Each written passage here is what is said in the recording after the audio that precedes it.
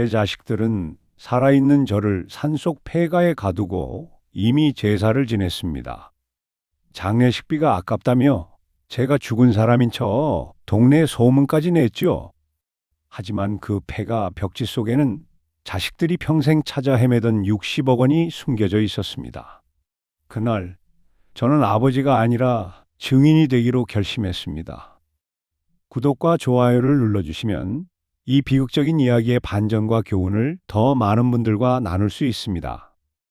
지금 바로 구독 버튼을 눌러주세요. 내 몸은 중풍 기운으로 반신불수나 다름없었다. 거동이 불편해진 이후로 나는 투명인간 취급을 받았다. 아침마다 큰아들 수철의 얼굴에는 짜증이 덕지덕지 붙어 있었고, 며느리 지영의 입에서는 요양원비가 너무 비싸다, 집안 형편도 어려운데 하는 불평이 마르지 않았다. 매일 밤 나는 그들의 한숨 소리와 웅성거림 속에서 내 존재가 그들에게 얼마나 큰 짐이 되는지 뼈저리게 느꼈다. 그래서 수철이 아버지, 공기 좋은 곳에서 몸이나 좀 추스르세요. 라고 말했을 때 나는 잠시나마 그들의 진심을 믿었다. 한때는 나를 닮아 듬직하고 정직했던 수철, 그리고 현명하고 착하다 믿었던 며느리, 그들이 내 마지막 안식처를 마련해 주는 것이라 생각했다. 하지만 산으로 향하는 길은 너무도 험난했다. 구불구불한 비포장도로를 한참이나 달려들어선 곳은 인적 없는 깊은 산속이었다. 차창 밖으로 보이는 풍경은 점차 생기를 잃고 칙칙한 회색빛으로 변해갔다. 이윽고 차가 멈춰선 곳은 귀신이라도 나올 법한 허물어진 폐가였다. 아버지, 여기가 한동안 지내실 곳이에요. 수철의 목소리는 평소와 다름없었지만 그의 눈빛은 묘한 기대로 번뜩이고 있었다. 며느리 지영 역시 애써 웃음을 지었지만 그 얼굴에는 싸늘한 그림자가 드리워져 있었다. 나는 낡은 휠체어에 앉아 차가운 콘크리트 바닥에 던져지듯 내려졌다. 녹슬고 삐걱거리는 폐가 문이 열리자 안에서는 곰팡이 냄새와 함께 차가운 공기가 확 끼쳐왔다. 창문은 모두 깨져 있었고 벽지는 너덜너덜하게 찢겨 있었다. 이곳은 사람이 살 수 있는 곳이 아니었다. 내 등골을 타고 오싹한 냉기가 흘렀다. 아, 아버지, 저희가 나중에 필요한 것 좀 가져다 드릴게요.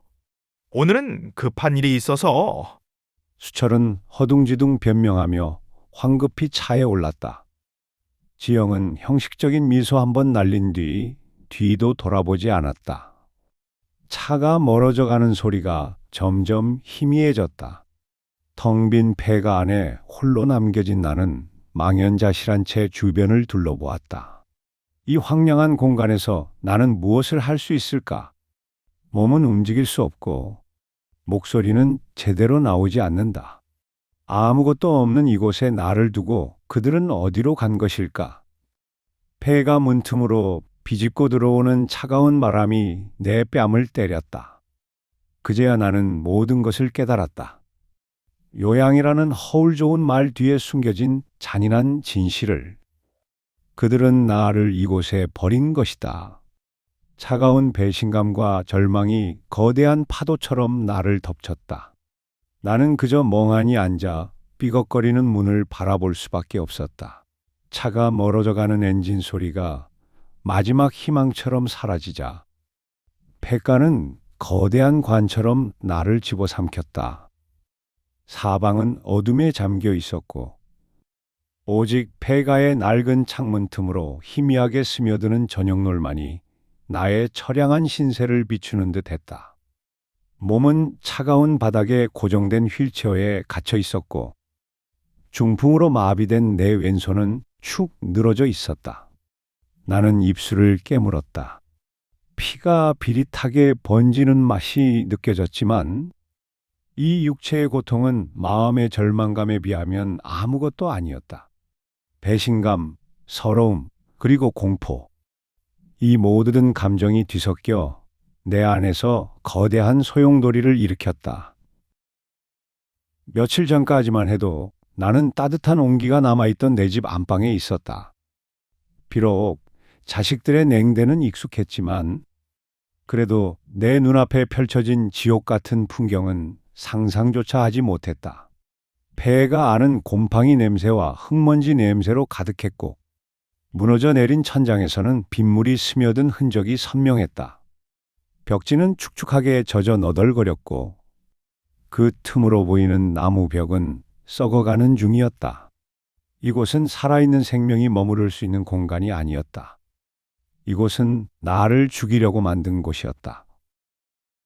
나는 덜덜 떨리는 손으로 휠체어 바퀴를 잡고 힘겹게 밀어보려 애썼다. 삐걱거리는 소리만 요란할 뿐 휠체어는 꿈쩍도 하지 않았다. 내 힘은 너무나 미약했다. 마비된 다리는 감각조차 없었고 건강했던 시절에 굳건했던 두 다리는 그저 거추장스러운 살덩이에 불과했다. 나는 무너지는 좌절감 속에서 소리 없는 비명을 질렀다. 수철아, 지영아, 대체 나에게 왜 이러는 것이냐? 목이 터져라 외치고 싶었지만 내 입에서는 꺽꺽거리는 신음만이 새어나올 뿐이었다. 어둠이 짙어질수록 공포는 더욱 커졌다. 산짐승 소리가 멀리서 들려오는 듯했고 바람 소리는 마치 원혼들의 울음소리 같았다. 나는 외로움과 두려움에 몸을 웅크렸다. 아무도 나를 찾아오지 않을 것이다. 그들은 내가 이곳에서 조용히 죽어가기를 바랄 것이다.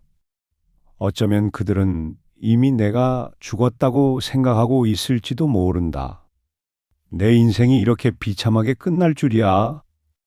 평생을 자식들에게 바쳐 살아왔건만 돌아온 것은 이 처참한 배신뿐이었다. 나는 눈을 감았다. 차가운 눈물이 말라버린 눈물샘에서 겨우 비어져 나와 쭈글거리는 뺨을 타고 흘러내렸다. 이 절망의 끝에서 나는 과연 어떤 선택을 할 수 있을까? 죽음만이 나를 기다리는 것일까? 폐가 안에 갇힌 채 밤을 꼬박 새우고 이른 아침 산새 소리가 들려왔을 때 나는 차가운 바닥에 웅크리고 앉아 있었다.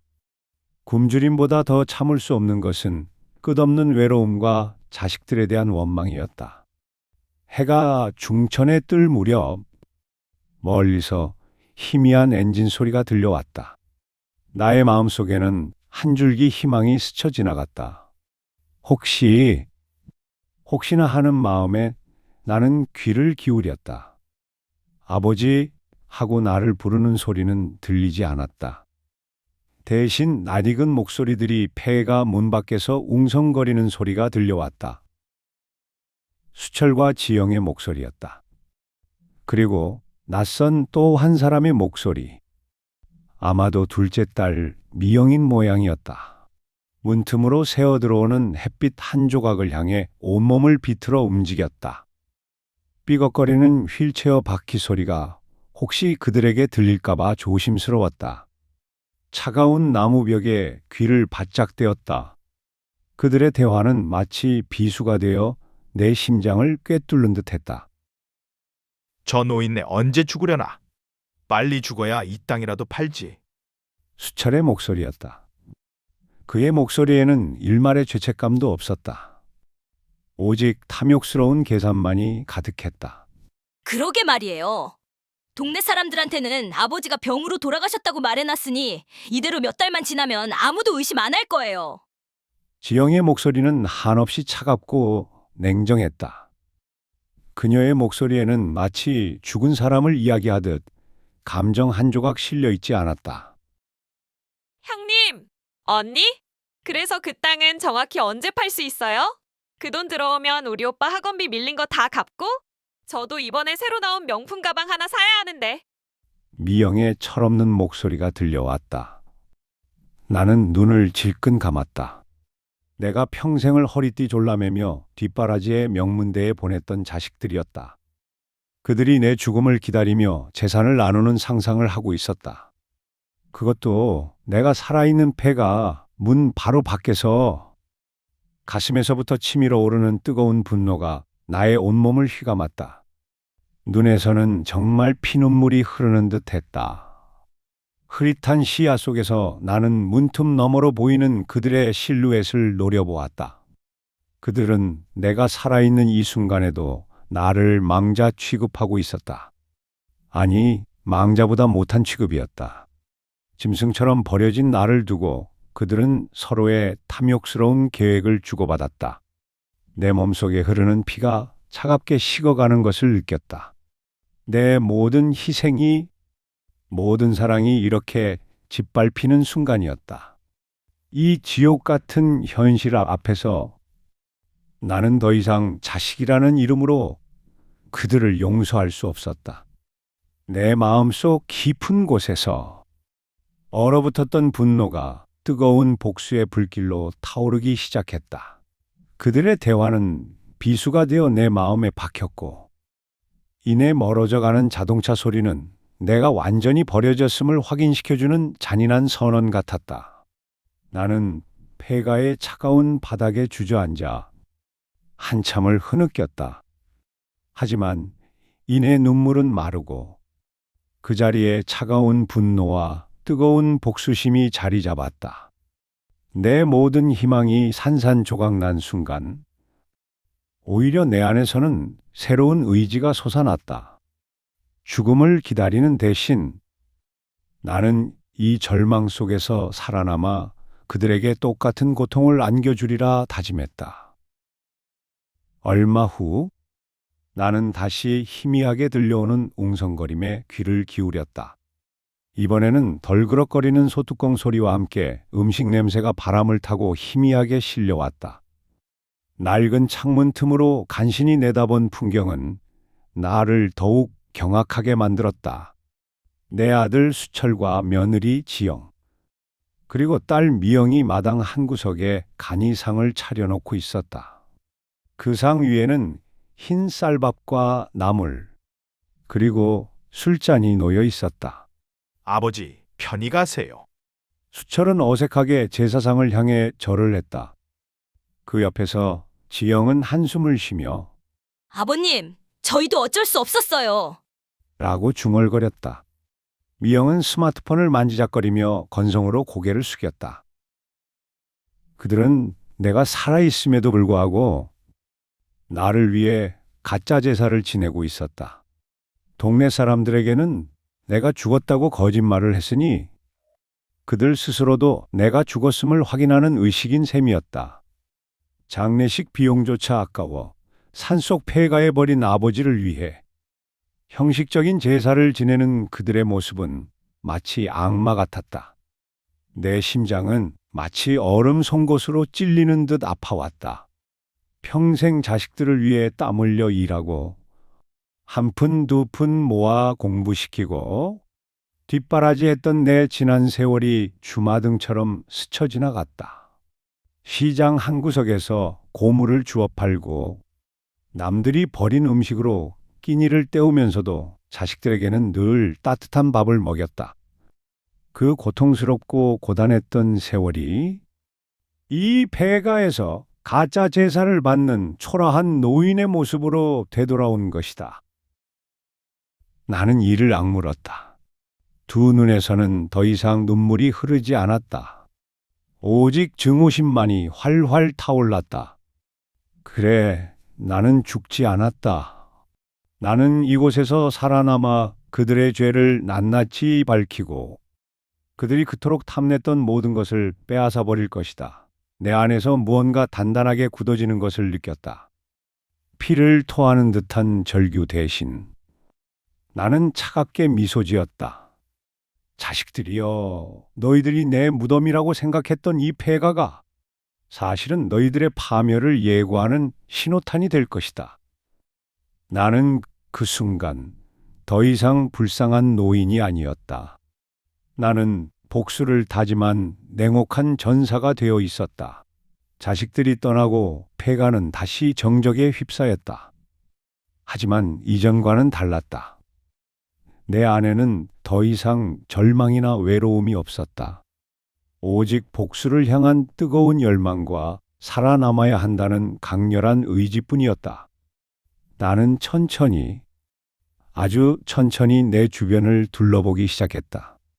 낡고 허름한 폐가, 내 어린 시절의 기억이 아련하게 떠오르는 공간.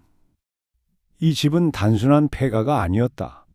어린 시절 아버지와 함께 살았던 집이었다. 그리고 아버지께서 내게 물려주신 소중한 유산의 시작점이었다. 나는 눈을 감았다. 아련한 옛 기억이 파노라마처럼 펼쳐졌다. 강인하고 자상했던 아버지의 모습.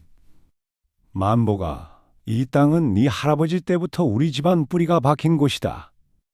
설령 힘들더라도 이 땅만큼은 팔지 말고 지켜야 한다. 언젠가 큰 복이 되어 돌아올 게야. 아버지의 목소리가 귓가에 생생하게 울렸다. 그 말씀대로 나는 평생을 이 땅을 지키려 노력했다. 주변이 재개발 지역으로 지정되면서 많은 사람들이 유혹했지만 나는 아버지의 말씀을 지켜냈다. 그리고 몇 해 전 결국 이 땅은 엄청난 금액에 팔리게 되었다. 60억 원. 평생 고물을 주워 모으던 나에게는 상상조차 할 수 없는 거금이었다. 나는 그 돈을 은행에 맡기지 않았다. 자식들이 알면 당장 달려들어 빼앗아갈 것이 뻔했기 때문이다. 그래서 나는 당시의 낡은 이 집, 그러니까 지금 내가 버려진 이 폐가의 벽지 속에 그 돈을 숨겼다. 정확히는 큰 수표로 바꿔 벽지 속에 겹겹이 발라두었던 것이다. 나중에 자식들이 철이 들고 정말 힘들 때 이 돈을 주리라. 그렇게 생각했었다. 하지만 그들은 철이 들기는커녕 나를 이곳에 버리고 내 죽음을 기다리고 있었다. 그들이 그토록 탐냈던 돈이 바로 자신들이 나를 가둔 이 폐가의 벽 안에 숨겨져 있었던 것이다. 나는 휠체어에서 몸을 일으키려 애썼다. 왼쪽 다리는 여전히 말을 듣지 않았지만 오른손과 오른다리에는 이제껏 느껴보지 못했던 힘이 솟아나는 듯 했다. 나는 벽을 향해 기어갔다. 차갑고 거친 바닥의 감촉이 내 손바닥을 스쳤다. 온몸의 근육이 비명을 질렀지만 나는 멈출 수 없었다. 내게는 해야 할 일이 있었다. 이 폐가에 숨겨진 60억 원. 그것은 이제 나를 위한 복수의 도구가 될 것이었다. 낡고 너덜거리는 벽지가 내 눈앞에 펼쳐졌다. 어디부터 긁어내야 할까? 어떤 벽지 속에 그들의 탐욕을 잠재울 수 있는 나의 생명줄이 숨어 있을까? 나의 심장이 쿵쾅거렸다. 절망의 끝에서 발견한 희망. 그것은 나를 다시 일으켜 세우는 강력한 원동력이 되었다. 몸을 지탱할 수 있는 오른손과 오른다리에 모든 힘을 집중하며 나는 벽을 향해 기어갔다. 차가운 흙바닥에 무릎과 팔꿈치가 쓸리는 고통이 밀려왔지만 나는 멈출 수 없었다. 내게는 이 고통보다 더 큰 목표가 있었다. 나의 60억 원, 그리고 자식들에게 복수해야 할 이유. 숨을 헐떡이며 겨우 벽에 도착했을 때 나는 낡은 벽지를 손으로 더듬었다. 축축하고 끈적거리는 감촉. 곰팡이 냄새가 코를 찔렀다. 어느 한 곳 멀쩡한 곳이 없었다. 나는 어렴풋한 기억을 더듬었다. 그때는 밤중에 아무도 모르게 벽지를 뜯어내고 그 안에 큰 수표를 발라두었었다. 그리고 다시 벽지를 붙이고 그 위에 또 다른 벽지를 덧발랐었다. 너무 오래된 일이라 정확한 위치를 특정하기 어려웠지만 가장 낡고 눈에 띄지 않는 구석진 곳이었던 것으로 기억했다. 나는 덜덜 떨리는 손가락 끝으로 벽지를 긁어내기 시작했다. 손톱 밑으로 나무 가시가 박히고 찢어진 벽지 조각들이 후두둑 떨어져 내렸다. 내 손톱은 피투성이가 되었지만 나는 아픔을 느낄 새도 없었다. 오직 벽지 아래 숨겨진 진실만을 찾고 싶었다. 내 눈앞에는 과거의 모습이 아른거렸다. 10여 년 전, 나는 젊은 시절의 고단함이 묻어나는 모습으로 이 낡은 집에서 홀로 숨죽이며 60억 원짜리 수표를 벽지 속에 감추고 있었다. 밤이 깊어 고요함이 내려앉은 폐가 오직 나의 거친 숨소리와 바스락거리는 벽지 소리만이 공간을 채웠다. 혹시라도 누군가 나의 움직임을 눈치챌까봐 심장이 조여드는 듯 했다. 그때의 나는 이 돈이 자식들을 위한 미래 자금이라 생각하며 그들의 성장과 행복을 꿈꿨었다. 하지만 지금 이 돈은 나를 배신한 자식들에게 되갚아줄 복수의 칼날이 되어 있었다. 수십 년의 세월이 흐르며 벽지는 여러 겹으로 덧발라져 있었다. 한 겹, 두 겹 끈적하고 질긴 벽지들이 내 손톱을 무디게 만들었다. 찢어지는 벽지 사이로 곰팡이 핀 회색빛 벽이 드러났다. 나는 포기하지 않았다. 온몸에 힘을 쥐어짜내며 필사적으로 벽지를 긁어냈다. 내 안에서 알 수 없는 힘이 솟아나는 것을 느꼈다. 그 힘은 절망에서 비롯된 것이 아니라 살아남아 복수하겠다는 강렬한 의지에서 나온 것이었다. 땀방울이 이마를 타고 흘러내려 눈을 따갑게 했다. 숨은 턱까지 차올랐고 팔은 마비될 지경이었다. 하지만 나는 멈출 수 없었다. 이 낡은 벽지 아래 나의 새로운 삶, 그리고 자식들의 파멸이 숨겨져 있었다. 나는 기필코 그 돈을 찾아내리라. 핏줄이 터질 듯한 고통 속에서 나는 쉬지 않고 벽지를 긁어냈다. 몇 시간이 흘렀는지 알 수 없었다. 팔은 이미 감각이 마비된 지 오래였고 손톱은 너덜너덜해져 있었다. 하지만 내 안의 불길은 식지 않았다. 마침내 끈질긴 노력 끝에 마지막 겹의 벽지가 찢어지며 그 아래에서 뭔가 단단한 감촉이 손가락 끝에 닿았다. 나는 숨을 멈추고 더욱 조심스럽게 벽지 조각을 떼어냈다. 그리고 마침내 희미한 빛 아래 모습을 드러낸 것은 누렇게 변색된 두툼한 종이 다발이었다. 내 심장이 미친 듯이 요동쳤다. 그것은 내가 수십 년 전 이곳에 숨겨두었던 60억 원짜리 수표 다발이었다. 낡고 바스락거리는 종이 위에 선명하게 찍힌 액수. 60억 원. 나는 떨리는 손으로 수표를 움켜쥐었다. 차가웠던 내 몸에 뜨거운 전류가 흐르는 듯 했다. 감격과 함께 밀려오는 것은 말로 형언할 수 없는 분노였다. 이 돈이 자식들이 나를 이곳에 버린 이유였던 것이다.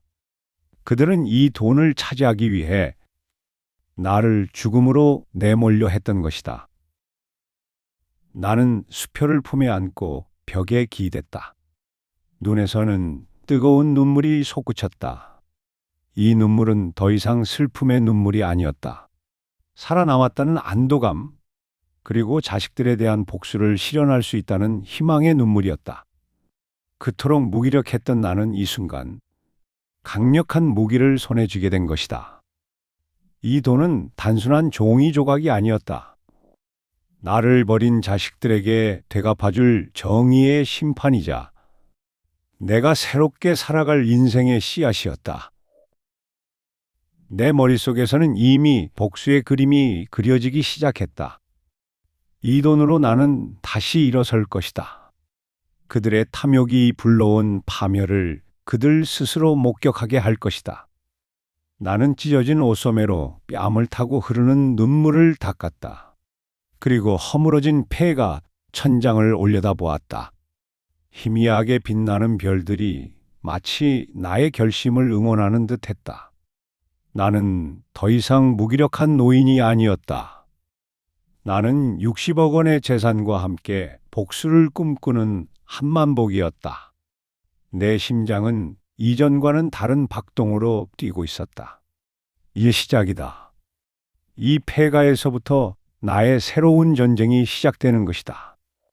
자식들이여, 너희들이 내 무덤이라 여겼던 이곳에서 나는 지옥에서 돌아온 자가 되어 너희들을 찾아갈 것이다.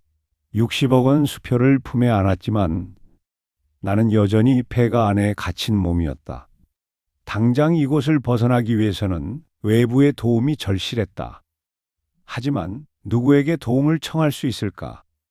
자식들에게 버려진 나를 누가 믿어줄까? 이런저런 생각에 잠겨 있는데 폐가 밖에서 낯선 소리가 들려왔다. 바스락거리는 낙엽 소리와 함께 누군가 인기척이 느껴졌다. 나는 온몸이 얼얼어붙는 듯한 공포에 휩싸였다. 혹시 자식들이 다시 돌아온 것일까? 아니면 산짐승이라도 들어오는 걸까? 나는 숨을 죽이고 문틈으로 밖을 내다보았다. 낡은 문틈 사이로 보이는 것은 허름한 옷차림의 중년 사내였다. 그의 등에는 커다란 배낭이 메어져 있었고 손에는 곡괭이 같은 도구가 들려 있었다. 그는 주변을 두리번거리며 무언가를 찾고 있는 듯 했다. 산에서 약초를 캐는 약초꾼인 모양이었다. 나는 그를 보자마자 두려움과 함께 희미한 희망이 솟아났다. 이 사람이 나를 도와줄 수 있을까? 사내는 조심스럽게 폐가 주변을 탐색하다가 열린 문틈으로 나의 존재를 발견한 듯 했다. 그의 시선이 내게 닿자마자 나는 얼어붙은 듯 움직일 수 없었다. 그의 얼굴에는 순간적인 놀라움과 함께 걱정스러운 표정이 스쳐 지나갔다. 그는 천천히 내게 다가왔다. 그의 발걸음 소리가 마치 천둥처럼 크게 들렸다. 아니 어르신, 여기서 뭘 하십니까? 괜찮으십니까? 그의 목소리는 거칠었지만 그 안에 담긴 따뜻함이 내게 전해졌다. 나는 입을 열어 그의 이름을 물으려 했지만 굳게 닫힌 입에서는 제대로 된 목소리가 나오지 않았다. 꺽꺽거리는 신음만이 새어나올 뿐이었다. 사내는 내게 더 가까이 다가와 무릎을 꿇었다. 그의 눈빛은 맑고 선량했다. 그는 내 얼굴을 자세히 살피더니 내 손에 들린 수표 다발을 보고는 잠시 놀란 표정을 지었다.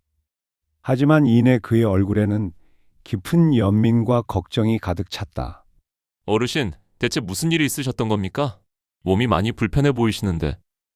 그의 따뜻한 말 한마디가 메마른 내 심장을 촉촉하게 적시는 듯 했다. 나는 그에게 도움을 요청해야 할지 아니면 이마저도 또 다른 위험일지 잠시 망설였다. 하지만 그의 선량한 눈빛은 나에게 믿음을 주었다. 나는 떨리는 손으로 그의 소매를 붙잡았다. 그리고 마침내 나의 긴 고통의 서사를 풀어낼 준비를 했다. 나의 유일한 조력자가 될 김 씨와의 만남. 나의 복수를 향한 첫 번째 발걸음이 시작되는 순간이었다. 김 씨는 내 앞에서 무릎을 꿇고 앉아 내가 겨우 낼 수 있는 신음 섞인 목소리에 귀를 기울였다. 나는 떨리는 손짓과 간헐적인 단어를 조합하여 자식들이 나를 이곳에 버렸다는 사실, 그리고 벽지 속에 숨겨둔 60억 원의 수표를 발견했다는 이야기를 어렵게 전했다. 김 씨는 내 이야기를 듣는 내내 눈을 떼지 않았다. 그의 얼굴에는 놀라움과 함께 깊은 분노, 그리고 연민이 교차했다. 세상에, 어르신, 대체 자식들이 어떻게 이럴 수가 있습니까? 그의 목소리에는 진심 어린 안타까움이 담겨 있었다. 그는 조심스럽게 내 손에 들린 수표 다발을 확인했다. 그리고는 고개를 저으며 깊은 한숨을 내쉬었다. 제가 이 산에서 약초를 캐며 수십 년을 살았지만 이런 폐류는 정말 처음 봅니다. 김 씨는 나를 일으켜 세우려 애썼다. 나의 마비된 몸을 부축하며 조심스럽게 휠체어에서 벗어나게 해주었다. 그의 손길은 거칠었지만 그 어떤 의사보다도 따뜻하고 섬세하게 느껴졌다. 폐가의 차가운 바닥에 주저앉아 있던 나를 일으켜 세워준 것은 단순히 육체적인 부축만이 아니었다. 절망 속에 갇혀있던 내 영혼을 다시 일으켜 세워주는 따뜻한 위로였다. 김 씨는 잠시 망설이더니 어르신, 제가 미약 하나마 도와드리겠습니다. 이곳에서 이러고 계시면 안 됩니다. 라고 말했다. 그는 자신의 배낭에서 따뜻한 차와 빵을 꺼내 주었다. 오랜만에 맛보는 따뜻한 음식은 꿀맛 같았다. 나는 허겁지겁 그것들을 먹어치웠다. 그가 내게 건넨 것은 단순히 음식이 아니었다. 그것은 인간적인 온기, 내가 살아있음을 느끼게 해주는 생명의 선물이었다. 음식을 먹으며 나는 김 씨에게 나의 모든 사연을 털어놓았다. 평생 고물을 주어 자식들을 키운 이야기, 재개발로 인해 얻게 된 60억 원의 땅값 이야기, 그리고 자식들의 잔인한 배신과 가짜 제사 이야기까지. 내 이야기가 길어질수록 김 씨의 표정은 점점 더 굳어졌다. 그는 말없이 내 어깨를 토닥였다. 그의 따뜻한 손길에 나는 다시 한번 눈물을 흘렸다. 어르신 걱정 마십시오. 제가 반드시 어르신의 억울함을 풀어드리겠습니다. 그리고 그 폐륜 자식들에게는 합당한 벌을 받게 해야 합니다. 그의 단호한 목소리가 내 귀에 선명하게 박혔다. 나는 그를 보며 고개를 끄덕였다. 나의 복수는 이제 혼자만의 싸움이 아니었다. 나에게는 김 씨라는 든든한 조력자가 생긴 것이다. 나의 복수를 향한 첫 번째 계획이 폐가의 차가운 공기 속에서 김 씨와 함께 시작되고 있었다. 김 씨의 도움으로 폐가를 벗어난 나는 그의 작은 산속 오두막에서 몸을 추스르기 시작했다. 그는 약초를 다려 내게 먹였고 매일 아침 저녁으로 나의 팔다리를 주무르며 재활을 도왔다. 그의 헌신적인 간호 덕분에 내 몸은 조금씩 기운을 되찾기 시작했다. 마비되었던 왼손에 희미한 감각이 돌아왔고 오른다리에는 더욱 단단한 힘이 붙는 것을 느꼈다. 김 씨는 나에게 어르신은 아직 살아계십니다. 이대로 포기하시면 안 됩니다. 라고 끊임없이 용기를 불어넣어 주었다. 그의 말 한마디 한마디가 나에게는 생명의 샘물 같았다. 나는 더 이상 휠체어에 의지하지 않았다. 김 씨의 어깨에 기대어 비틀거리면서도 두 발로 걸으려 애썼다. 찢어졌던 손톱은 아물고 야위었던 얼굴에는 점차 생기가 돌았다. 거울 속에 비친 내 모습은 여전히 늙고 병든 노인이었지만 그 눈빛만큼은 이전과는 확연히 달랐다. 절망에 갇혀있던 과거의 나는 사라지고 오직 복수를 향한 강렬한 의지와 새로운 삶을 향한 열망으로 빛나고 있었다. 김 씨는 나에게 법률적인 조언을 해줄 수 있는 사람을 수소문해 주었다. 그는 오래전부터 알고 지내던 은퇴한 변호사를 찾아 나를 소개해 주었다. 그 변호사는 김 씨의 이야기를 듣고 나의 기고한 사연에 깊이 공감하며 도움을 주기로 약속했다. 나는 변호사와 함께 나의 명의가 도용되어 재산이 가로채지려 했던 증거들을 하나하나 수집하기 시작했다. 자식들이 내 도장을 위조하고 서류를 조작하여 내 땅을 가로채려 했던 치밀한 계획들이 서서히 드러났다. 그들의 추악한 민낯을 마주할 때마다 나의 분노는 더욱 커져갔지만 동시에 복수를 향한 나의 의지는 더욱 단단해졌다. 새벽마다 김 씨와 함께 산을 오르며 체력을 단련했다. 약초를 캐는 법을 배우고 산의 지리를 익혔다. 그의 도움으로 나는 산속에서 야생의 기운을 흡수하며 정신적으로도 더욱 강인해졌다. 김 씨는 어르신, 힘든 시간이 있었던 만큼 이제는 어르신만의 행복을 찾으셔야 합니다. 라고 말했다. 나는 그의 따뜻한 마음에 감사했지만 아직은 자식들에게 나의 존재를 분명히 각인시켜야 할 때라고 생각했다. 그들의 탐욕이 불러온 비극을 그들 스스로 목격하게 해야 했다. 3개월 뒤 자식들이 땅을 팔기 위해 폐가를 다시 찾을 것이라는 정보를 들었다. 그때까지 나는 완벽하게 준비를 마칠 것이다. 초라한 노인 한만복이 아닌 새로운 모습으로 그들 앞에 나타나 그들의 모든 것을 빼앗아 버릴 것이다. 나의 심장은 복수의 카운트다운을 시작하며 맹렬하게 뛰고 있었다. 3개월이라는 시간은 내게 단순한 숫자가 아니었다. 그것은 절망 속에서 피어난 희망의 시간이었고 무기력한 노인에서 복수를 꿈꾸는 전사로 거듭난 변화의 시간이었다. 김 씨의 헌신적인 돌봄과 변호사의 치밀한 준비 덕분에 내 몸과 마음은 이전과는 비교할 수 없을 정도로 단단해졌다. 마비되었던 왼손은 이제 젓가락질을 할 수 있을 만큼 회복되었고, 비틀거리던 걸음은 산길을 오를 수 있을 정도로 굳건해졌다. 거울 속 내 모습은 여전히 늙었지만 그 눈빛에는 과거의 연약함 대신 굳건한 의지와 차가운 결기가 서려 있었다. 나는 한만복이라는 이름으로 다시 태어났다. 오늘 우리는 그들이 나를 버렸던 폐가로 향하고 있었다. 김 씨가 운전하는 날 같지만 튼튼한 SUV 뒷좌석에 앉아 나는 창밖으로 빠르게 스쳐 지나가는 풍경을 응시했다. 초록빛으로 우거졌던 산길은 가을의 끝자락에서 붉은 빛으로 물들고 있었다. 바람은 여전히 차가웠지만 내 마음은 뜨거운 불꽃처럼 활활 타올랐다. 과거 휠체어에 앉아 이 길을 오를 때 느꼈던 절망과 배신감은 온데간데 없었다. 대신 다가올 심판의 순간에 대한 차분한 기대감과 냉혹한 결단만이 내 안을 가득 채웠다. SUV는 구불구불한 비포장도로를 거침없이 달려나갔다. 이 길의 끝에는 내가 지옥 같았던 3개월을 보냈던 그 폐가가 기다리고 있었다. 그곳은 내게 죽음의 그림자를 드리웠던 곳이자 동시에 새로운 삶을 시작하게 해준 기적의 장소였다. 차 안에는 침묵만이 흘렀지만 그 침묵 속에는 팽팽한 긴장감과 결의가 담겨 있었다. 김 씨는 굳게 남은 입술로 앞만 바라보았고 그의 옆자리에 앉은 변호사는 서류 가방을 든 채 차분한 표정이었다. 나는 손에 쥐고 있던 60억 원짜리 수표 다발을 만지작거렸다. 낡고 바스락거리는 종이의 감촉이 내 손바닥을 간지렸다.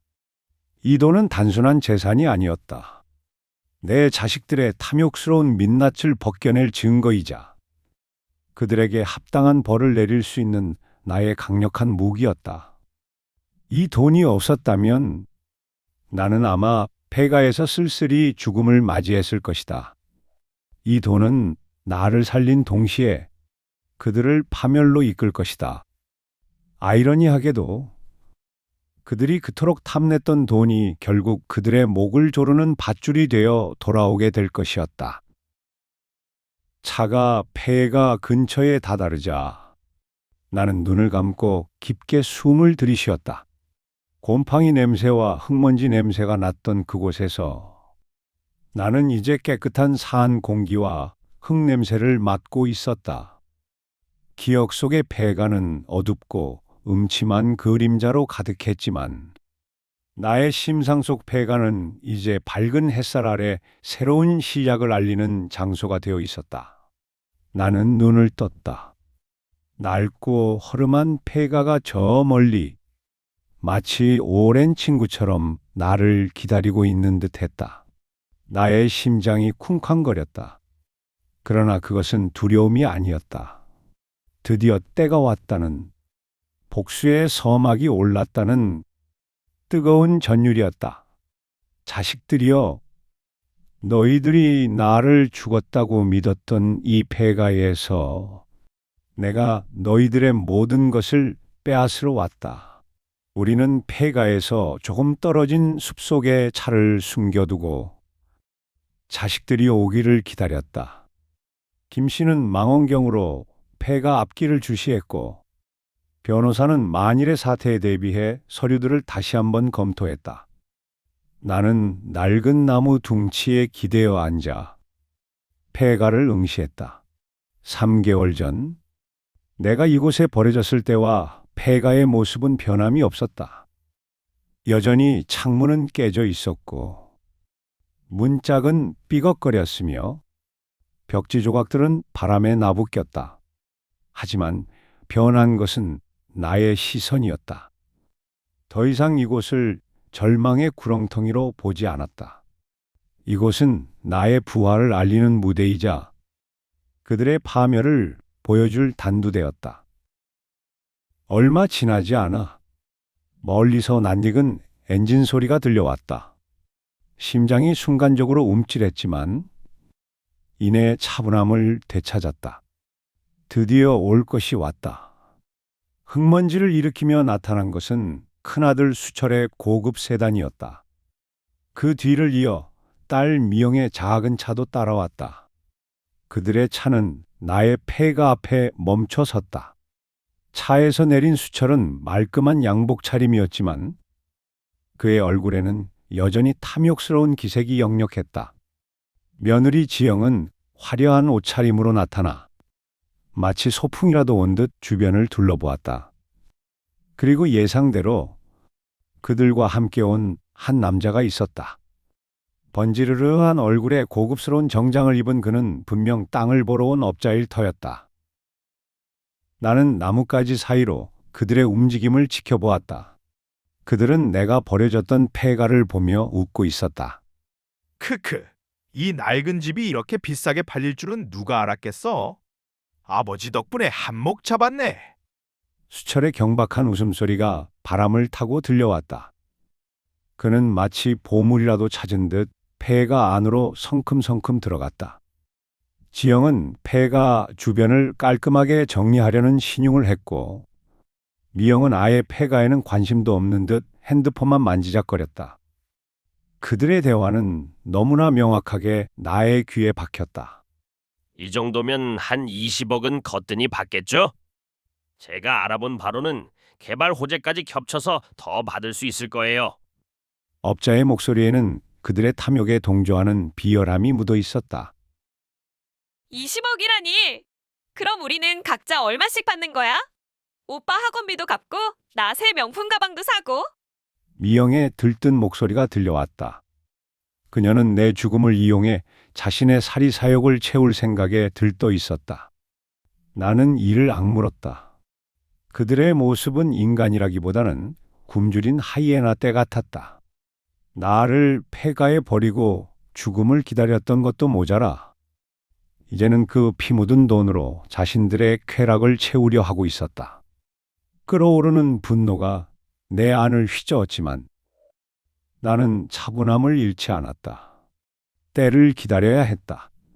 가장 완벽한 순간에 그들이 가장 오만한 순간에 나타나 그들의 모든 것을 부숴버릴 것이다.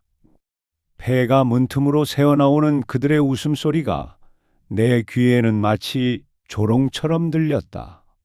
하지만 곧 그 웃음은 비명으로 바뀔 것이다. 나의 심판이 이제 시작될 것이다. 폐가 안에서 그들의 탐욕스러운 대화가 오가는 동안 나는 숨을 죽이고 때를 기다렸다. 업자와 자식들은 폐가 내부를 둘러보며 땅의 가치와 매매 조건을 흥정하고 있었다. 그들의 목소리는 점차 커졌고 웃음소리 또한 끊이지 않았다. 그들은 완벽하게 승리했다고 확신하는 듯 했다. 내가 죽었다고 굳게 믿으며 자신들의 죄가 영원히 묻힐 것이라 생각하는 그들의 오만함이 느껴졌다. 바로 그때였다. 나는 김 씨와 변호사에게 눈짓을 보냈다. 김 씨는 망원경을 내려놓고 고개를 끄덕였고 변호사는 서류 가방을 단단히 움켜쥐었다. 나의 심장이 쿵쾅거렸지만 더 이상 두려움이 아니었다. 그것은 복수의 서막을 알리는 승리의 북소리였다. 나는 숲속에서 나와 폐가를 향해 천천히 걸어갔다. 3개월 전 폐가의 차가운 바닥에 던져지듯 내려졌던 나의 모습은 온데간데 없었다. 김 씨가 직접 깎아준 단단한 지팡이에 의지했지만 나의 발걸음은 굳건했고 등은 꼿꼿했다.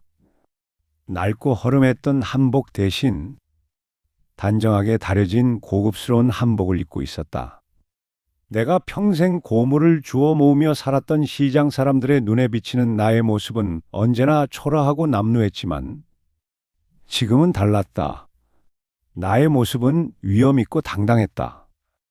그리고 그 무엇보다 나의 눈빛은 뜨거운 복수심과 차가운 결기로 타오르고 있었다. 폐가 문턱에 다다랐을 때 안에서는 여전히 그들의 시끄러운 웃음소리가 들려왔다. 나는 망설임 없이 낡은 문을 활짝 열어젖혔다.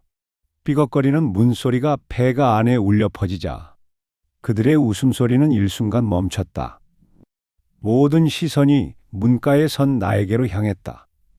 큰아들 수철, 며느리 지영, 둘째 딸 미영, 그리고 업자까지. 그들의 얼굴에는 처음에는 의아함이, 이내 경악과 공포가 뒤섞인 표정이 떠올랐다. 그들은 마치 유령이라도 본 듯 입을 떡 벌리고 굳어버렸다. 특히 수철과 지영의 얼굴은 새파랗게 질려 있었다. 죽었다고 믿었던 아버지가, 그것도 휠체어 신세였던 반신불수 노인이 두 발로 걸어 들어오는 모습을 본 그들의 충격은 상상 이상일 터였다. 나는 그들의 눈을 똑바로 응시했다. 그들의 얼굴에 떠오른 공포와 경악의 감정이 나에게는 더할 나위 없는 희열로 다가왔다. 차가운 미소가 내 입가에 번졌다. 잘들 놀고 있었느냐? 내 자식들아. 나의 목소리는 3개월 전처럼 꺽꺽거리는 신음이 아니었다. 낮고 단호하며 뼈아픈 비수처럼 그들의 심장을 꿰뚫는 목소리였다. 그들은 여전히 한마디도 할 수 없었다.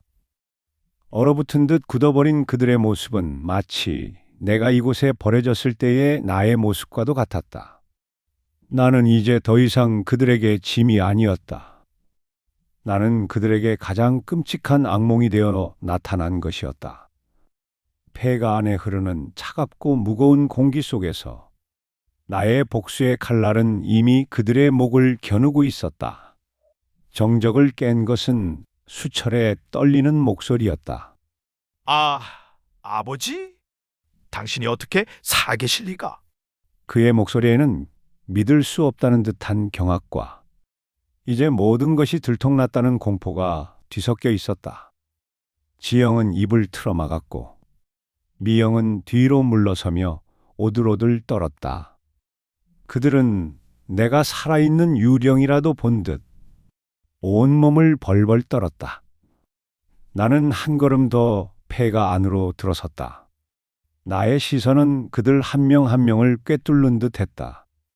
그들의 눈빛에는 죄책감 대신 오직 들킬 위기에 처한 탐욕만이 읽혔다.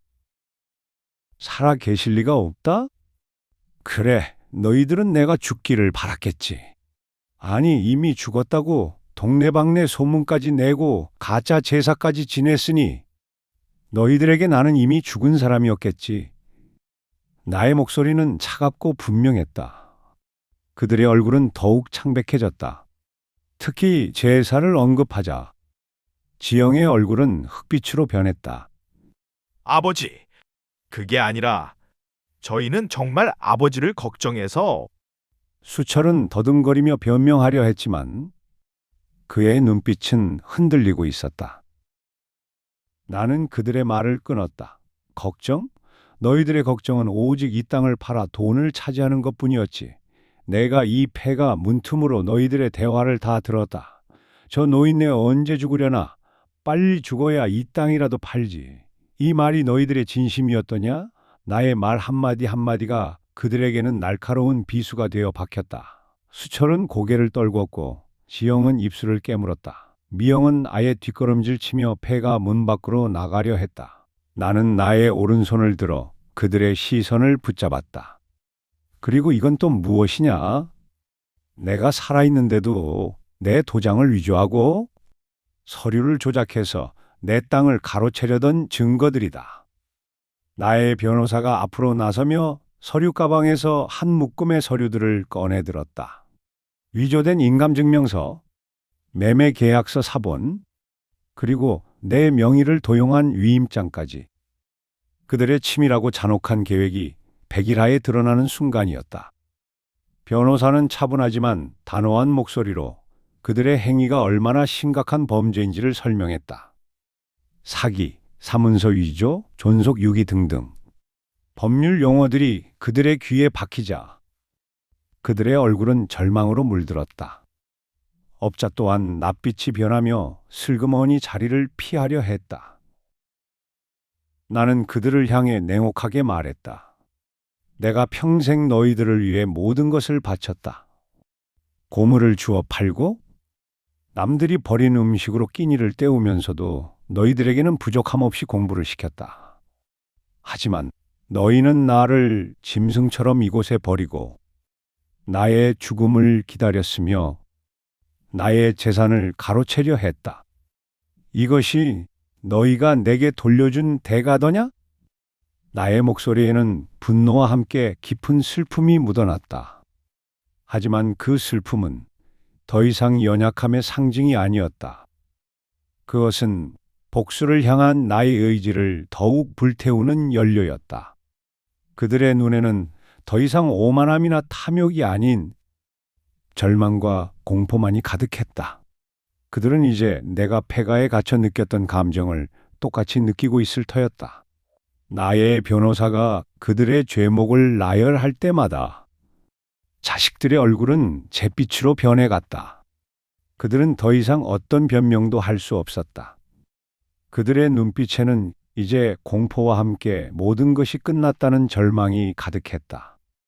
하지만 나는 아직 그들에게 가장 중요한 것을 보여주지 않았다. 그들이 이토록 나를 버리고 죽음을 기다리게 만들었던 그 탐욕의 근원이 무엇이었는지 말이다. 나는 그들의 시선이 향하는 곳, 폐가의 낡은 벽 한 구석을 응시했다. 그곳은 내가 60억 원짜리 수표를 숨겨두었던 바로 그 자리였다. 나는 조용히 그 벽으로 다가갔다. 나의 움직임에 그들의 시선도 따라왔다. 그들은 내가 무엇을 하려는지 알 수 없다는 듯 의아한 표정이었다. 나는 그 벽에 찢어진 벽지 틈새에 손가락을 넣어 낡은 나무판을 조심스럽게 꺼냈다. 쿵! 쿵! 나의 심장이 격렬하게 뛰었다. 이 순간을 위해 내가 얼마나 많은 고통과 인고의 시간을 견뎌냈던가. 나무판이 떨어져 나가자 그 안에서 누렇게 변색된 수표 다발이 모습을 드러냈다. 낡은 종이의 바스락거리는 소리가 폐가 안에 가득 울려 퍼졌다. 이게 대체 수철의 목소리가 갈라졌다. 그는 마치 홀린 듯 그 수표 다발을 응시했다. 지영과 미영 역시 눈을 크게 뜨고 수표의 시선을 고정했다. 그들의 눈빛에는 방금 전의 공포와 절망이 순식간에 사라지고 다시금 탐욕스러운 불꽃이 활활 타오르는 것을 나는 똑똑히 보았다. 마치 굶주린 짐승이 먹이를 발견한 듯한 역겨운 눈빛이었다. 나는 그들의 눈앞에서 낡은 수표 다발을 펼쳐 보였다. 맨 위에 선명하게 인쇄된 액수 60억 원? 그 숫자가 폐가 안에 들어온 희미한 햇빛 아래 반짝였다. 이게 60억 원 수표다. 너희들이 이 땅을 팔아 차지하려던 돈의 진짜 주인이, 그리고 그 돈의 진짜 가치가 바로 여기에 있었다. 나의 목소리에는 조롱과 경멸이 담겨 있었다. 수철은 비틀거리며 내게 다가오려 했다. 그의 눈은 돈에 대한 광기로 번뜩였다. 말도 안 돼. 그 돈이 어떻게 저기에? 아버지, 그 돈은 제 겁니다. 제가 아버지의 장남인데 당연히 제 돈이죠. 그는 이성을 잃은 듯 소리쳤다. 지영 역시 탐욕스러운 눈빛으로 수표를 향해 손을 뻗었다. 아버님, 저희가 힘들 때마다 아버님께 돈 좀 달라고 사정했는데 이런 돈을 가지고 계셨으면서 저희에게 매번 없다고만 하셨어요? 너무하신 거 아니에요? 그녀의 목소리는 원망으로 가득 차 있었다. 미영은 아예 바닥에 주저앉아 엉엉 울기 시작했다. 아버지, 저도 딸인데 왜 저희한테는 말씀 안 해주셨어요? 나는 그들의 추악한 탐욕의 역겨움을 느꼈다. 그들은 내가 살아있는지 죽어있는지조차 관심 없었다. 오직 돈만이 그들의 눈에 들어올 뿐이었다. 나는 냉정하게 말했다. 내 돈이다. 내가 피땀 흘려 모아. 너희들이 철들면 주려고 했던 돈이다. 하지만 이제 이 돈은 너희들에게 단 한 푼도 돌아가지 않을 것이다. 너희들은 이 돈을 위해 나를 버리고 죽음으로 내몰려 했으니 이 돈으로 너희들의 파멸을 보게 될 것이다. 그들의 얼굴은 다시 한번 절망과 경악으로 물들었다. 돈을 향해 뻗었던 손은 허공에서 멈췄고 그들의 눈빛은 산산조각난 희망처럼 부서져 내렸다. 그들은 이제 모든 것을 잃었다는 사실을 깨달은 듯 망연자실한 표정으로 나를 바라보았다. 나의 복수는 이제 거의 완성되어 가고 있었다. 그들이 60억 원 수표를 보며 탐욕과 절망 사이에서 혼란스러워하는 동안 나의 변호사가 앞으로 나섰다. 그의 목소리는 차분했지만 법의 냉정함을 담고 있었다. 한만복 어르신께서는 지난 3개월 동안 아드님과 며느리, 그리고 따님의 명의 도용 및 사문서 위조 정황을 모두 파악하셨습니다. 뿐만 아니라 존속 유기에 대한 명백한 증거도 확보되어 있습니다. 변호사의 말 한마디 한마디가 그들에게는 철퇴처럼 내리꽂혔다. 그들의 얼굴은 경악과 공포로 일그러졌다. 수철은 억울하다는 듯 소리쳤다. 아니, 변호사님. 그게 무슨 말씀이십니까? 저희는 그저 아버지의 재산을 관리하려 했을 뿐입니다. 변호사는 냉정하게 그의 말을 잘랐다. 관리라뇨? 아버님이 살아계심에도 불구하고 사망 신고를 하려 했고 위조된 서류로 땅을 매매하려 한 것은 명백한 범죄 행위입니다. 현재 확보된 증거만으로도 수철 씨와 지영 씨, 그리고 미영 씨는 존속 유기, 사기, 사문서 위조 및 행사 등 최소 5년 이상의 징역형에 처해질 수 있습니다. 변호사의 차가운 목소리가 폐가 안에 울려 퍼졌다. 징역형이라는 말에 그들의 얼굴은 완전히 핏기 하나 없이 새하얗게 질렸다. 미영은 바닥에 주저앉아 서럽게 울기 시작했다. 아니야. 나는 아무것도 몰라. 오빠가 시키는 대로 했을 뿐이야. 그녀는 수철에게 모든 책임을 전가하려 했다. 미영아, 네가 뭘 안다고? 수철은 미영에게 버럭 소리를 질렀다. 그들 사이에서는 이미 분열과 비난이 시작되었다. 지영은 남편과 시누이 사이에서 갈팡질팡하며 불안한 눈빛으로 변호사를 노려보았다. 업자는 이 상황이 심각하다는 것을 감지했는지 슬그머니 폐해가 문 밖으로 나가려 했다. 변호사는 그의 움직임을 놓치지 않고 말했다. 이 업자분께서는 한만복 어르신의 재산을 불법적으로 매매하려 한 공범으로 역시 법적 책임을 면할 수 없습니다. 이미 모든 자료는 법원에 제출되었고 곧 구속영장이 발부될 것입니다. 업자의 얼굴은 순간적으로 굳어버렸고 그는 털썩 주저앉았다. 그들의 눈빛은 이제 오만함이나 탐욕이 아니라 오직 파멸만이 남은 절망 그 자체였다. 수철은 내 앞에 무릎을 꿇었다. 아버지, 잘못했습니다. 정말 죄송합니다. 한 번만 용서해 주십시오. 제가 다 잘못했습니다. 다시는 이런 짓 안 하겠습니다. 감옥만은 제발. 그의 목소리는 절규에 가까웠다. 평생 돈에 대한 욕심으로 가득했던 그가 이제 자신의 탐욕이 불러온 결과에 직면하여 비굴하게 목숨을 구걸하고 있었다. 지영 역시 무릎을 꿇고 울먹이며 빌었다. 아버님, 저희에게 한 번만 기회를 주세요. 저희가 정말 미쳤었나 봅니다. 제발 한 번만 용서해 주십시오. 미영도 울면서 흐느끼며 빌었다. 나는 그들의 비굴한 모습에 아무런 감흥도 느끼지 못했다.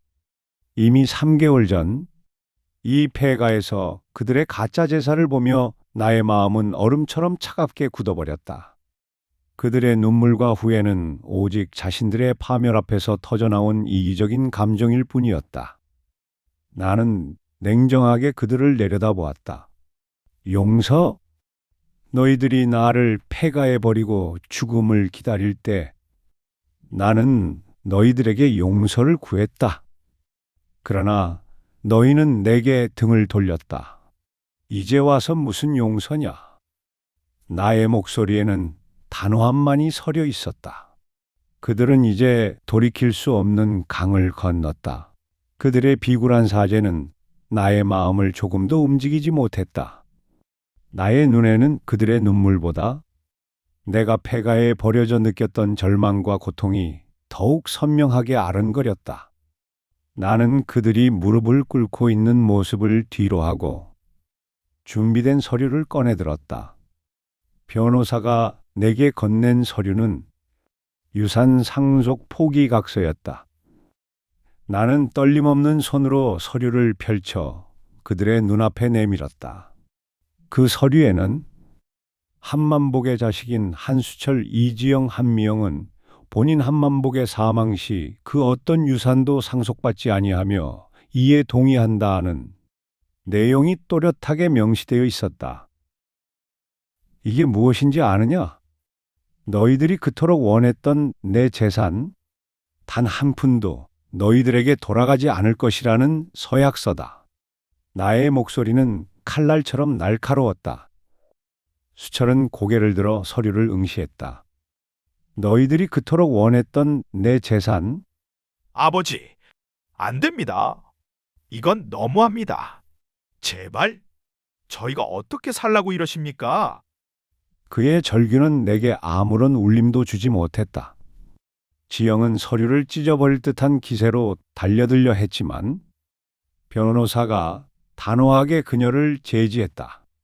미영은 이미 모든 것을 포기한 듯 흐느낌만 이어갔다. 너희들이 나에게 어떻게 했는지를 생각해 보아라.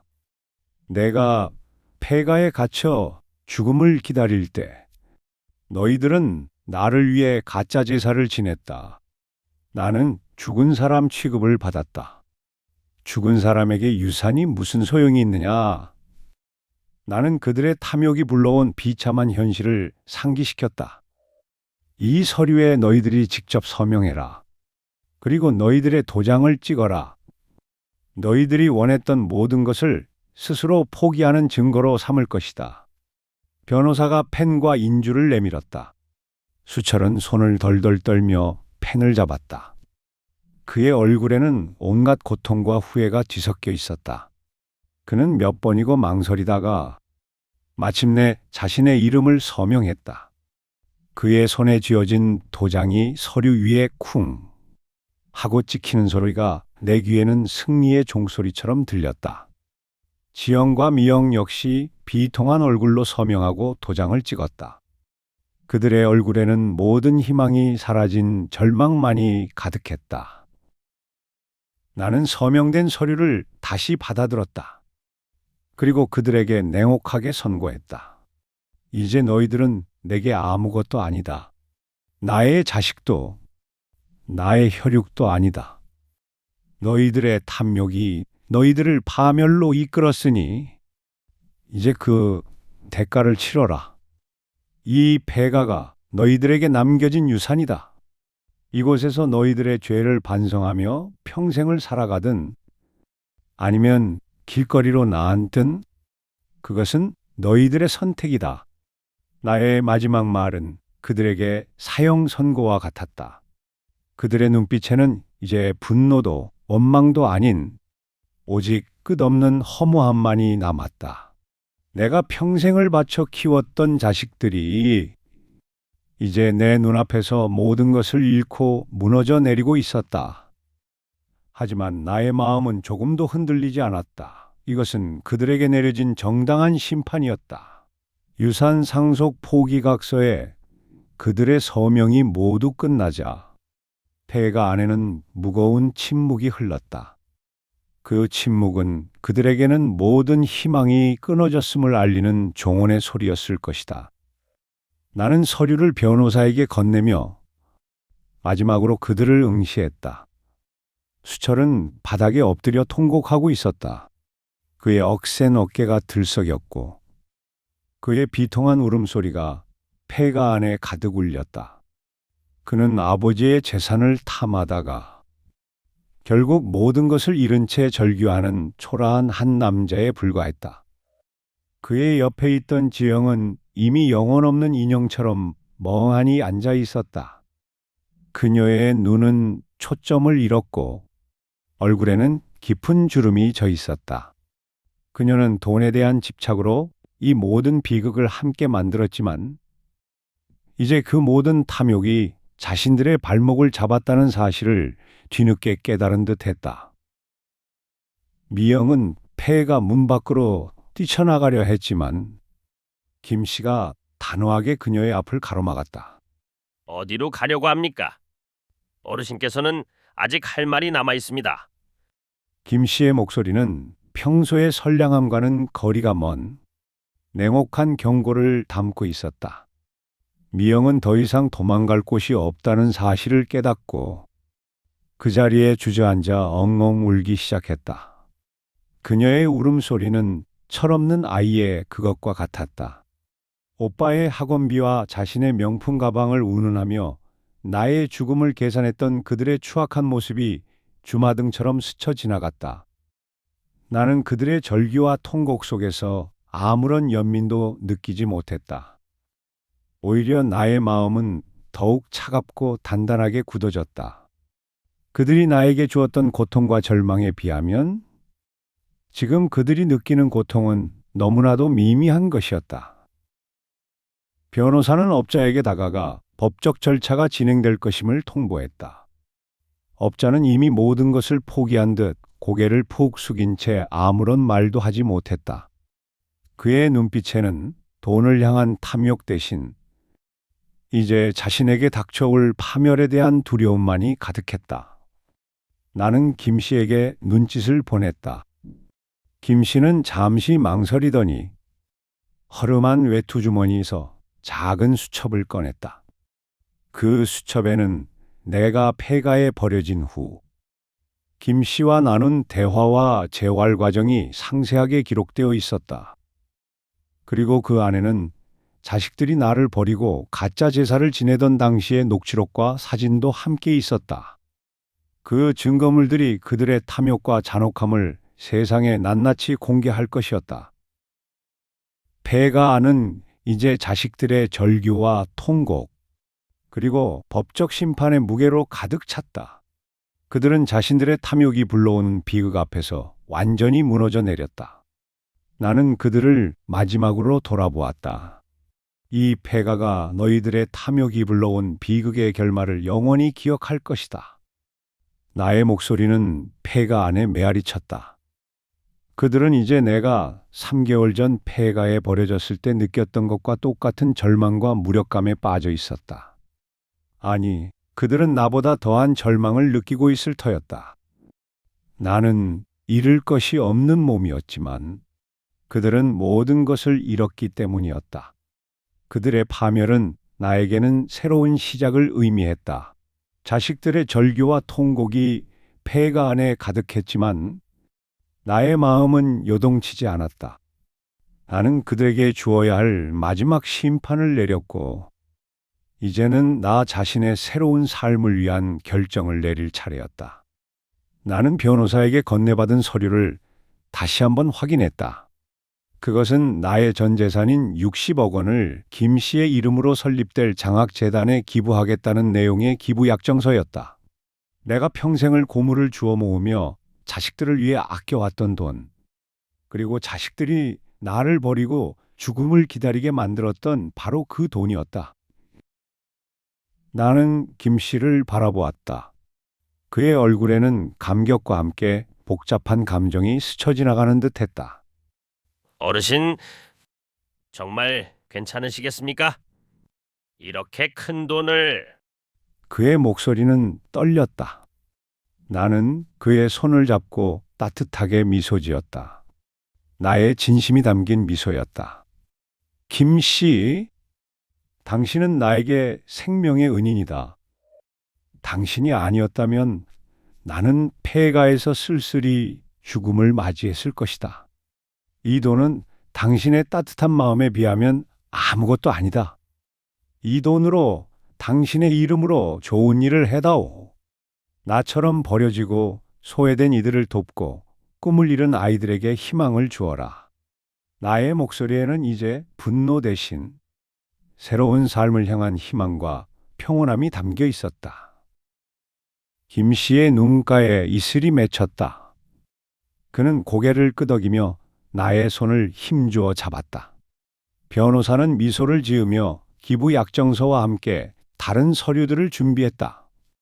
장학재단 설립에 필요한 모든 절차는 이미 김 씨와 변호사의 도움으로 진행되고 있었다. 나는 펜을 들고 떨림 없는 손으로 기부 약정서에 서명했다. 60억 원이라는 금액이 내 이름 아래 선명하게 새겨지는 순간 나의 마음은 전례 없는 평화로움으로 가득 찼다. 이 돈은 더 이상 나를 올가매는 족쇄가 아니었다. 그것은 나의 남은 삶을 의미 있게 만들고 세상에 선한 영향력을 끼칠 수 있는 강력한 도구가 되었다. 서명을 마친 나는 폐가 문 밖으로 시선을 돌렸다. 여전히 그곳에는 자식들의 절규와 통곡이 울려 퍼지고 있었다. 그들은 자신들의 탐욕이 불러온 파멸 앞에서 몸부림치고 있었다. 그들의 눈에는 나에 대한 원망과 후회가 가득했지만 나는 그들에게 더 이상 어떤 감정도 느끼지 않았다. 그들은 나의 과거일 뿐, 나의 미래에는 더 이상 존재하지 않는 그림자였다. 나는 폐가를 나섰다. 낡고 허름했던 이 집이 나에게는 너무나 많은 것을 가르쳐 주었다. 배신과 절망, 그리고 희망과 용서, 그리고 새로운 시작까지. 나는 폐가의 차가운 공기를 뒤로 하고 따뜻한 햇살이 비치는 밖으로 나섰다. 나의 등 뒤에서는 여전히 자식들의 비명이 들려왔지만 나는 뒤돌아보지 않았다. 나의 새로운 삶이 이제 막 시작되고 있었다. 나는 폐가를 완전히 등지고 김 씨의 SUV에 올랐다.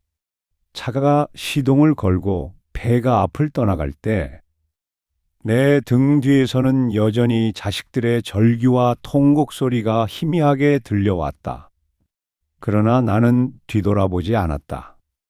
나의 시선은 오직 앞만 향했다. 구불구불한 산길을 벗어나 우리는 아스팔트 도로로 접어들었다. 창밖으로 보이는 세상은 3개월 전 내가 폐가로 향하던 길과는 전혀 다른 모습이었다. 그때는 모든 것이 회색빛 절망이었지만 지금은 푸른 하늘과 따뜻한 햇살이 나를 반겼다. 나의 마음도 이 세상의 풍경처럼 밝고 희망으로 가득 찼다. 김 씨는 운전대를 잡은 채 싱긋 웃었다. 어르신, 이제 정말 행복한 인생만 남았습니다. 제가 꼭 어르신께 보답하겠습니다. 그의 목소리에는 진심 어린 감사가 담겨 있었다. 나는 그의 어깨를 두드리며 말했다. 아니다. 김 씨, 당신은 이미 나에게 가장 큰 것을 보답해 주었다. 새로운 삶을 살 수 있는 기회를 주었으니, 그리고 이제부터 당신의 이름으로 설립될 장학재단이 이 세상에 선한 영향력을 끼칠 것이다. 그것이 나에게는 가장 큰 기쁨이다. 나의 마음은 한없이 평온했다. 평생을 자식들에게 매여 살았던 지난 세월의 짐이 모두 벗겨진 듯 했다. 나는 이제 더 이상 누군가의 아버지나 가장이 아니었다. 나는 한만복, 나 자신으로 온전히 존재하고 있었다. 새로운 삶을 위한 계획들이 내 머릿속에서 펼쳐졌다. 김 씨와 함께 조용하고 평화로운 산속에서 자연과 벗삼아 살고 싶었다. 약초를 캐고 꽃을 심으며 남은 인생을 의미 있게 보내고 싶었다. 때로는 장학재단에 들러 아이들의 꿈을 응원하고 싶었다. 내가 가진 60억 원은 더 이상 탐욕의 상징이 아니었다. 그것은 나에게 자유를 주고 다른 이들에게 희망을 선물할 수 있는 도구였다. 나는 창문을 열었다. 시원한 바람이 내 얼굴을 스쳤다. 바람 속에는 흙냄새와 풀냄새, 그리고 새로운 시작을 알리는 상쾌한 기운이 담겨 있었다. 길거리에서 절규하는 자식들의 모습은 내 기억 속에서 점차 희미해져 갔다. 그들은 그들 자신의 탐욕이 불러온 비극의 늪에서 헤어나오지 못할 것이다. 그러나 나는 그들의 불행 속에서 나의 행복을 찾지 않을 것이다. 나는 그저 나의 길을 갈 것이다. 한때는 죽음만을 기다리던 초라한 노인이었지만 이제 나는 60억 원의 재산과 함께 새로운 삶을 향해 나아가는 자유로운 영혼이 되었다. 나의 심장은 힘찬 박동으로 뛰었다. 이 새로운 시작은 단순한 물리적인 이동이 아니었다. 그것은 나의 영혼이 오랫동안 갇혀있던 어둠에서 벗어나 빛을 향해 비상하는 순간이었다. 나의 인생 이막이 이제 막 찬란하게 펼쳐지고 있었다.